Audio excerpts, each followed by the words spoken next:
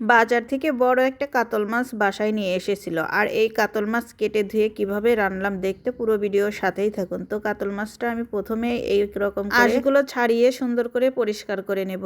আর কাতল মাছটা দেখতে কিন্তু ছোট লাগছে, কিন্তু বাস্তবে এতটাও ছোট ছিল না, ফোনে একটু দেখতে ছোট। তো এভাবে এক পিঠ আঁশ সুন্দর করে পরিষ্কার করে অপর পিঠেও সুন্দর করে পরিষ্কার করে নেব। এবার বটি নিয়ে সুন্দর করে মাথাটা আগে ডুম করে নেব। আর এরকম করে মাথা ছাড়িয়ে নিলে মাছ কাটতে খুব বেশি একটা সময় লাগে না। আর মাছ কাটতে আমার ভীষণ ভালোই লাগে। কাতল মাছের মাথাটা কিন্তু ভীষণ বড় থাকে। মাথা কেটে নিয়ে তারপর আমি একে একে পিস পিস করে নেব। আর আমার বাসায় ম্যাক্সিমাম সময়ই মাছ এরকম আস্তই আনে, মাছ বেশিরভাগ সময়ই কেটে আনে। কেটে না আনলেও আমার কোনো সমস্যা নাই, কারণ আমি মাছ কাটতে ভীষণ পছন্দ করি। তো এরকম করে আমি পিস পিস করে কেটে নেব। তো এরকম করে সম্পূর্ণ মাছই কেটে সুন্দর করে পরিষ্কার করে নিয়েছি। আর এরকম মাছ কাটতে কে কে পছন্দ করেন অবশ্যই কিন্তু কমেন্টে জানিয়ে যাবেন। আর এরকম করে আমি পুরোটা মাছ কেটে ধুয়ে পরিষ্কার করে নেব। আর কিছু মাছ আমি ফ্রিজে রেখে দেবো, আর কিছু মাছ এখন রান্না করব। তো এরকম টাটকা মাছ আনার সাথে সাথে আমি কেটে ধুয়ে কিছু রান্না করে আর কিছু রেখে দেই, কারণ এরকম টাটকা মাছ রান্না করলে ওই মাছের টেস্ট কিন্তু অন্যরকম। তো যখনই বাসায় মাছ আনে তখনই তাজা তাজা মাছ রান্না করে দেওয়ার চেষ্টা করি। তো এরকম করে আমি রান্নার জন্য কড়াই বসিয়ে দিয়েছি, ওর মধ্যে পরিমাপ মতো তেল দিয়েছি, গোটা জিরা আর পেঁয়াজ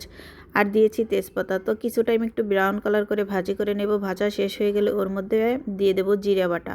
জিরা বাটা দিয়ে একটু পানি দিয়ে একে একে দিয়ে দেব হলুদের গুঁড়ি, মরিচের গুঁড়ি, ধনিয়া গুঁড়ি আর স্বাদ মতো লবণ দিয়ে মশলাগুলো ভালো করে কষিয়ে নেব। আর ওর মধ্যে কিন্তু আমি কাঁচামরিচও দিয়েছি।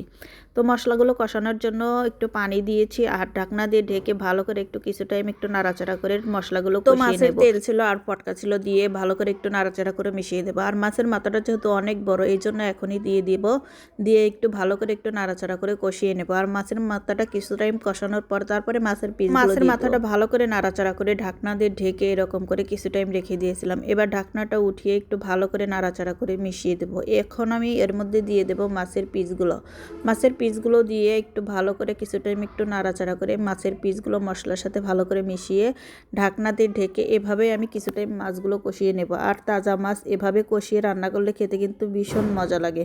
আর তাজা মাছ আমি বেশিরভাগ সময় এরকম কাঁচা কাঁচাই রান্না করি, ভেজে রান্না করি না, কারণ এরকম করে রান্না করলে মাছটা খেতে আমার কাছে বেশি ভালো লাগে। তো কষানো শেষ হয়ে গেলে পরিমাপ মতো ঝোল দিয়ে বারবার নাড়াচাড়া করে এরকম করে মিশিয়ে দিব।